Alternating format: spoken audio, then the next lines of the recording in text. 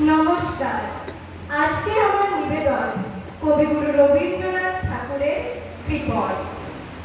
আমি ভিক্ষা করে ফিরতেছিলেন গ্রামের পথে পথে। তুমি তখন চলেছিলে তোমার স্বর্ণরথে। অপূর্ব এক স্বপ্ন সম লাগতেছিল চোখে মম। কি বিচিত্র শোভা তোমার, কি বিচিত্র সাজ। আমি মনে ভাবতেছিলেন এই কোন মহারাজ।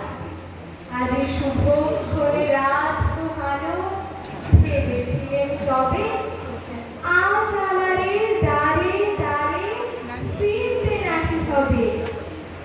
বাহির হতে নাকি হতে কাহার দেখা পেলেন পথে। চলিতে রথ ঘন ঠান্ড ছড়াবে দুই ধারে। মুঠা মুঠা কুড়িয়ে নেব, নেব ধারে ধারে। দেখি সহসা রথ থেমে গেল আমার কাছে এসে। আমার মুখ পানে চেয়ে নামলে তুমি হেসে। দেখে মুখের প্রসন্নতা চুরিয়ে গেল সকল ব্যথা। হেন কালে কিসের লাগি তুমি অকস্মাৎ আমায় কিছু দাও গো বলে বাড়িয়ে দিলে হাত।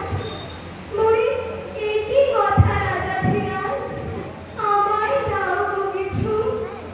শুনে ক্ষণকালের তরে রইল মাথা নিচু। তোমার কি বা অভাব আছে ভিখারি ভিক্ষুকের কাছে। এ কেবল কৌতুকের বশে আমায় প্রবঞ্চনা। ঝুড়ি হতে দিলেন তুলে একটি ছোট কণা। যবে পাত্রখানি ঘরে এনে উজাড় করি